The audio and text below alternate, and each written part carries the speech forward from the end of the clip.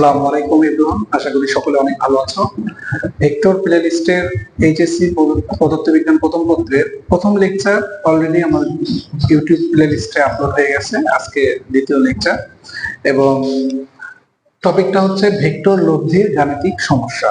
তোমরা সবাই জানো যে গতদিন আমি ভেক্টর লব্ধির যে ডেরিভেশন এটা আমরা খুব মজার ছলে দেখেছিলাম যে কিভাবে এটা ব্যবহার হয়, কিভাবে লব্ধির সাথে যে কোনো ভেক্টরের অ্যাঙ্গেল বের করতে হয় অর্থাৎ দিক বের করতে হয়। আমরা এগুলো গতদিন আলোচনা করেছিলাম। আজকে আমরা ওইগুলোর গাণিতিক সমস্যা কিছু দেখব।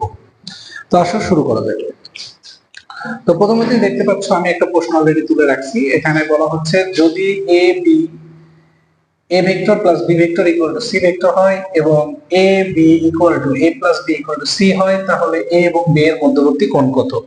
অর্থাৎ বিষয়টা অনেকটা এরকম যে এটা যদি একটা ভেক্টর হয় a এবং এটা যদি একটা ভেক্টর হয় তথাগত b, তাহলে এদের মধ্যবর্তী কোণ কি আলফা। তাহলে এদের যে লব্ধিটা সেটা হবে কত? c। তোমরা কি মনে আছে গতকাল যে ক্লাস 10 করাইছিলাম সেখানে কিন্তু আমি বলছিলাম যে আমাদের একটা সূত্র ছিল r square equal to p square plus q square plus 2pq cos alpha. And এখানে ওই ত্রিভুজের দুটো ভেক্টর ছিল হচ্ছে একটা কি, একটা ছিল হচ্ছে p আর একটা ছিল হচ্ছে কি q, এন্ড তাদের রেজাল্টেন্ট ছিল কি মানে r। তো দেখো এটার সাথে যদি আমরা কম্পেয়ার করি এখানে কিন্তু ওই সিটা এখানে হচ্ছে এই প্রশ্নের এই সিটা ওই ডেরিভেশনের আর এর মতো কাজ করতেছে, আর অপর দুটো ভেক্টর পি কিউ ছিল যেখানে এ আর বি এই পি কিউ এর কাজ করতেছে। ফলে আমরা কিন্তু জাস্ট রাশিটা চলকটা চেঞ্জ করে দিয়েছে কিন্তু সূত্র কিন্তু ওটাই। সো আমরা যেটা জানি যে আমরা সেই অনুযায়ী এখানে লিখতে পারি c equal to root over a square plus কি b square plus 2 a b cos alpha. And এখান থেকে আমাদের বলতেছে মধ্যবর্তী কোণ কত, তার মানে আমাদের এখানে কি বের করতে হচ্ছে আলফাটা আসলে কত। তো তাহলে যদি তোমরা দেখো এখানে আমরা উভয় পাশে বর্গ করব, তবে তার আগে দেখো c ইকুয়াল টু যদি ab হয় তাহলে উভয় পাশে একই জাতীয় রাশি আনার জন্য আমরা কি করতে পারি c এর মানটা বসাই দিতে পারি এবং রুট ওভার আমরা দেখতে পাচ্ছি a square plus b square plus 2ab cos alpha. এবং পরবর্তীতে যদি আমরা বর্গ করি তাহলে রুট ওভারটা উঠে যাবে, তাহলে আমরা কি করতে পারি সূত্র ফেলাই দিলাম, এটা বর্গ করছি আর কি। সো তোমরা দেখতে পাচ্ছ বর্গের সূত্র ফেলালাম, এখানে রুট ওভার উঠে গেল a স্কয়ার প্লাস কি b square plus 2ab cos alpha. দেখো উভয় পাশে থেকে কিন্তু আমাদের বেশ কিছু জিনিস কাটা যাচ্ছে অর্থাৎ উঠে যাচ্ছে। এটা একটা a square then b square then দেখো এখানে কিন্তু আসলে তোমাদের অনেকে হয়তো বুঝবে না তাই আরেকটা রেড করে দিচ্ছি। দেখো এখানে 2ab cos alpha equal two কিন্তু আমি 2ab লিখতে পারি, জাস্ট অল্টার করলাম। তো দেখো এই পাশ থেকে 2ab আর এখান থেকে 2ab, এখানে গেলে কাটাকাটি হলো 1 থাকে আর এখান থেকে কি cos আলফা। তোমরাই বলো যে cos 0 ডিগ্রি মান 1 না, তাহলে আমরা 1 এর পরিবর্তে cos 0 ডিগ্রি বসালে আলফা ইকুয়াল টু কি হচ্ছে বলো, আলফা ইকুয়াল টু হচ্ছে 0 ডিগ্রি। এন্ড এটাই হচ্ছে আমাদের অ্যানসার। তাহলে তোমরা দেখতে পাচ্ছ যে এগুলো আসলে মূলত সিকিউ হয়তো থাকবে না, এমসিকিউ থাকবে। তোমরা বোর্ড কোশ্চেন দেখো অথবা বিভিন্ন ভার্সিটি কোশ্চেন ব্যাংক দেখো, এই ধরনের প্রশ্ন অ্যাভেলেবল পাবা প্র্যাকটিসের জন্য। হয়তো আমি বোঝানোর জন্য একটু দেরি হলো, বাট যখন তোমরা বেশি বেশি প্র্যাকটিস করবা তখন এগুলো খুবই দ্রুত করতে পারবা, 1 মিনিট টাইমও লাগবে না। তো ঠিক আছে, আসলে আমরা নেক্সট প্রবলেমে যাই। বলতেছে আমাদের এই প্রশ্নটা আমাদের বলতেছে যে দুইটি সমান মানের বলের লব্ধি কি তাদের প্রত্যেকের মানের সমান হতে পারে। অর্থাৎ যে দুটো ভেক্টর আমরা নিব সেই দুটো ভেক্টর এবং ফলে আমরা যে লব্ধিটা পাবো এই লব্ধিটাও কি তার সমান হবে। অর্থাৎ পি ভেক্টর ধরো 2 সেন্টিমিটার, কিউ ধরো 2 সেন্টিমিটার, তাহলে লব্ধিটাও কি 2 সেন্টিমিটার হতে পারবে কিনা এটাই বলছে। তাহলে যদি হতে পারে তাহলে আসলে এখানে যেটা বুঝাতে চাচ্ছে যে এখানে অ্যাঙ্গেলটা কি পজিশনে থাকলে যে দুটো ভেক্টরের লব্ধিও তাদের সমান হবে, তাদের প্রত্যেকের সমান হবে। তো তার মানে এখানে অ্যাঙ্গেলটাই আসলে মুখ্য বিষয়। কারণ আমি যদি বলি যে আমার ধরি কথা ধরো সলিউশনে গেলাম, আমরা সলিউশনে যাব। তো ধরো সলিউশনে যাওয়ার সময় আমরা দেখতেছি যদি কথা আমি বললাম যে ধরি তোমার হচ্ছে পি যে ভেক্টরটা সেটা ধরলাম আমার হচ্ছে পি এবং কিউ একটা ভেক্টর যেটা আমি ধরলাম কথা ধরো কিউ। আমরা জানি মডুলাস দিলে শুধু মান মিন করে। এবং আমরা এটাও বললাম যে আর ভেক্টর ইকুয়াল টু বললাম আর। তো আমাদের কি বলা হচ্ছিল যে এরা প্রত্যেকের সমান, অর্থাৎ p equal to q equal to r. এটাই তো বলছে যে লব্ধি কি তাদের প্রত্যেক ভেক্টরের সমান হবে। তো ধরলাম তারা প্রত্যেকের সমান, তাহলে অ্যাঙ্গেলটা যদি বের হয় সামহাও, এবং আমরা যদি বুঝতে পারি যে অ্যাঙ্গেলটা কত হলে এরা প্রত্যেকের সমান হতে পারে, এরকম কি হতে পারে কিনা, ধরো আমি জানি না, আমি বের করবো, তো আসলে দেখি হয় কিনা বের। তো যদি তুমি দেখো যে এখানে যে বিষয়টা দাঁড়াইছে, আপনার সূত্রটা ঠিক আগের মতো, যে আর স্কোয়ার ইকুয়াল টু, বা ডিরেক্ট আমরা, আচ্ছা ঠিক আছে, তুমি ডিরেক্টও করতে পারো, ধীরে ধীরেও করতে পারো। তো আমরা সূত্রটা যেটা জানি সেটাই লিখি, p square q square plus 2pq cos alpha. তো এই আলফাটা আমাদের বের করতে হবে। ধরো তাহলে এখানে স্কয়ার করে দিলে ভালো কথা। এন্ড মজার বিষয় হচ্ছে বর্গ উঠে যাবে, তাহলে হলো কি পি স্কয়ার। আচ্ছা পি এখন আমি যেহেতু প্রত্যেকের সমান, পি কে আমি আপ দিয়ে রিপ্লেস করলাম, কিউ কে আমি আপ দিয়ে রিপ্লেস করলাম, পি কিউ অর্থাৎ 2r আর আর স্কয়ার হচ্ছে দেন cos আলফা, অর্থাৎ সবাইকে আমি আর বসাইলাম, পি এর জন্য আর, কিউ এর জন্য কি আর। তো তাহলে এখন দেখো মানে উভয় পাশ থেকে কি হচ্ছে, তুমি আরো যদি ছোট করে নিতে চাও অঙ্কটা, তাহলে এখানে দুই দুই 2r স্কয়ার, এখানে 2r স্কয়ার, তাহলে 2r স্কয়ার যদি আমি কমন নিই, তাহলে এখানে অনেকে হয়তো বুঝবে না, ঠিক আছে আমি আরেকটু ভেঙে দিচ্ছি। তো cos আলফা, তাহলে দেখো এখানে 2r স্কয়ার যদি আমি কমন নিই, তাহলে 2r স্কয়ার কমন নিলে 1 প্লাস কি cos আলফা থাকতেছে না, 1 প্লাস cos আলফা থাকতেছে, আর উভয় পাশে দেখো r স্কয়ার কেটে গেল, 1 2 এর সাথে গুণ অবস্থায় আছে, পার করে দিলে কি হবে, ভাগ হবে। তাহলে 1 plus cos alpha equal to 1/2, এই 2 ওই পাশে পার হয়ে ভাগ হয়ে গেল, এন্ড এখানে cos alpha equal to half minus 1। তাহলে এখানে কি হচ্ছে, তোমার হচ্ছে cos আলফা ইকুয়াল টু তোমার হচ্ছে মাইনাস হাফ।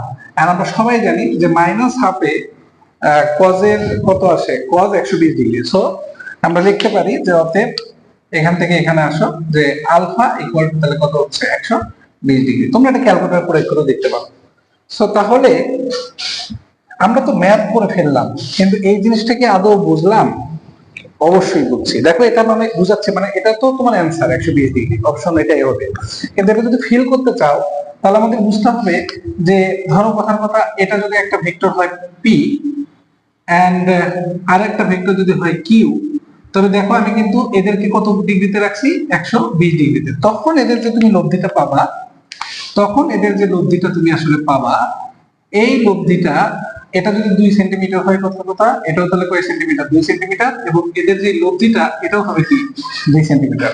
অর্থাৎ হ্যাঁ, লব্ধিও তাদের প্রত্যেকের সমান হতে পারবে যদি ভেক্টর দুটা পরস্পর 120 ডিগ্রি অ্যাঙ্গেল করে অবস্থান করে, তখন সমান হতে পারবে।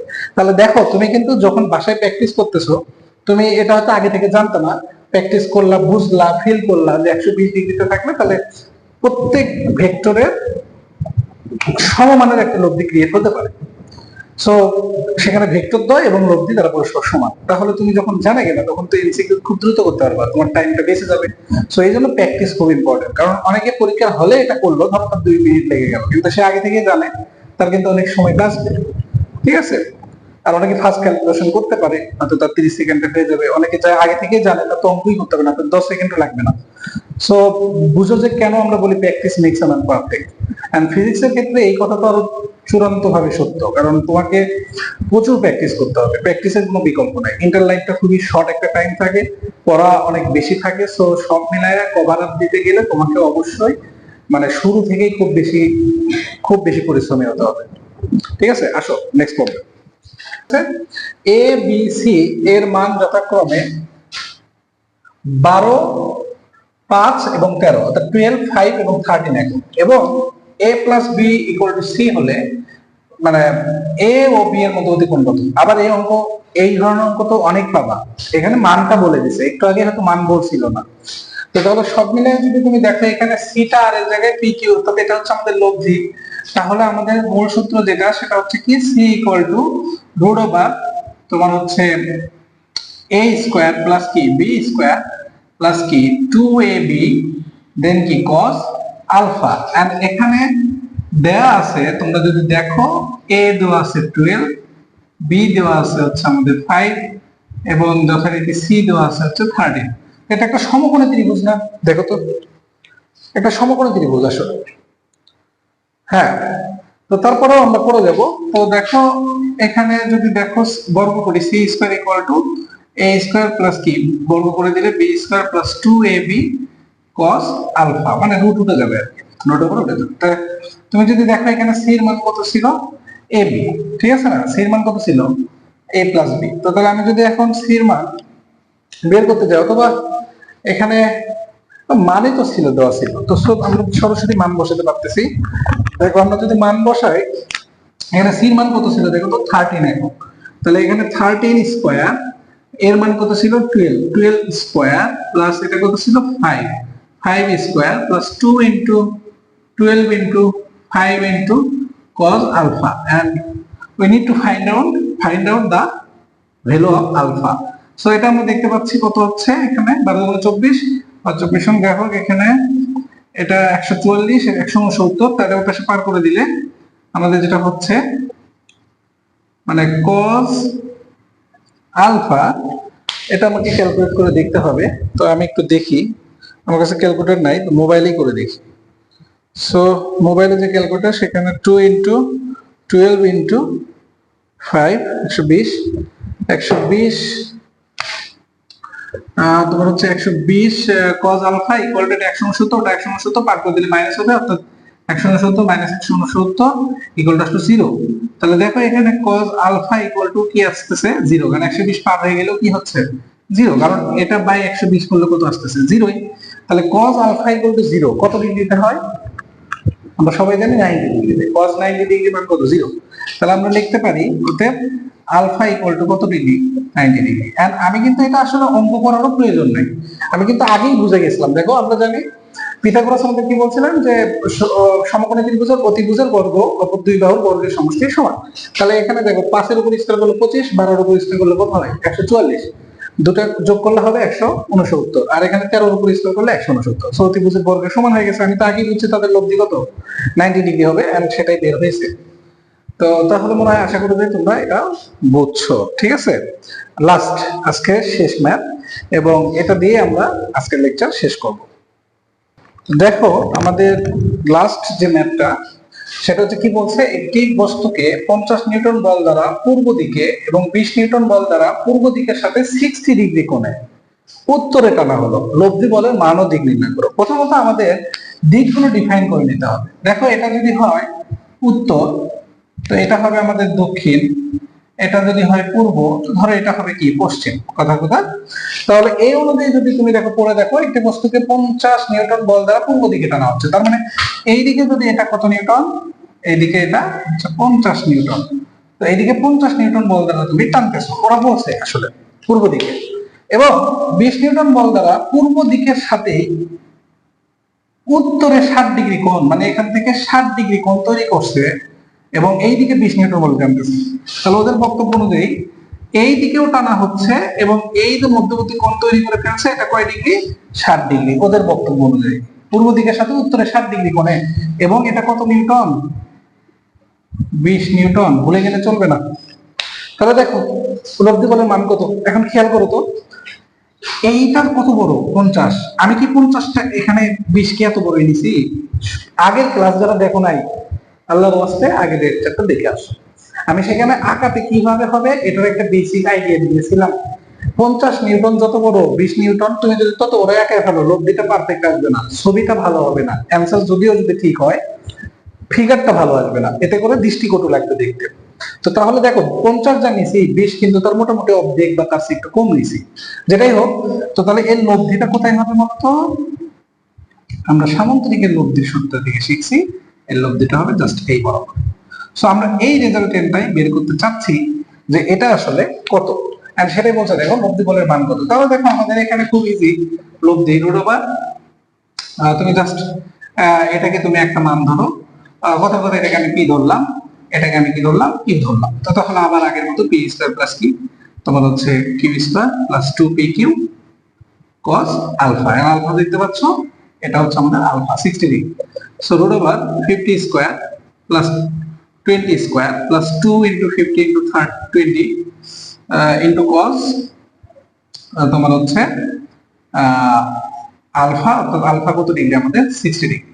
সো এটা যদি তুমি ক্যালকুলেটরে বসাও, আমি মানটা বের করে রাখছি ক্যালকুলেটরে, এটার মান আসবে হচ্ছে তোমার 62.45 অর্থাৎ 62.45 newton. So this is answer. And দেখো আমাদের কিন্তু শুধু মান চাই নাই, মান চাইছে কি শুধু, এটা দিকও চাইছে। তাহলে দিক যদি তুমি বের করতে চাও, আমি তোমাদের গতকাল লেকচারে বলছিলাম, ধরো আমি কথার কথা এই দিকটা বের করতে চাচ্ছি, এটাকে আমি থিটা ধরলাম, তাহলে এটা কার সাথে, পি এর সাথে। তাহলে এখানে এবং tan থিটা ইকুয়াল কার সাথে তৈরি করছে, থিটা পি এর সাথে, তাহলে পিটা আগে থাকবে বলছিলাম গতকাল। এন্ড কিউ তোমার হচ্ছে sine alpha plus q cos alpha. ডেটাগুলো যদি তুমি এখন ইনপুট দাও, অর্থাৎ আমি এখান থেকে থিটা বের করতে চাচ্ছি, তাহলে ওই পাশে যাওয়া হবে tan ইনভার্স এন্ড কিউ এর মান হচ্ছে আমাদের 20 sin 60 degree divided 50 plus 20 cos 60 degree. এটা ইনপুট দিলে আমাদের থিটা চলে আসে।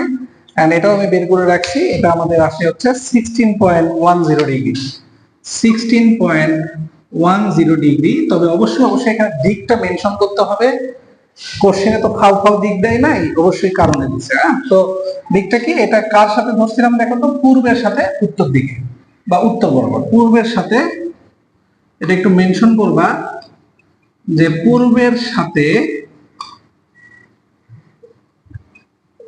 উত্তর দিকে বা উত্তর বরাবর লিখলেই সমস্যা। সো আই হোপ তোমাদের এই চারটা ম্যাপ করে যে তোমাদের হবে, আমি আসলে এই জন্য করালাম না, আমি আসলে দেখালাম হাউ টু অ্যাপ্রোচ, কিভাবে অ্যাপ্রোচ করতে হয় একটা ম্যাপকে, সেটা। সো তোমরা আরো অনেক প্র্যাকটিস করবা, গতকালের লেকচারটা সিরিয়ালি দেখা শুরু করো, ইনশাআল্লাহ আস্তে আস্তে ভেক্টরে মাস্টার হয়ে যাবে। আল্লাহ হাফেজ।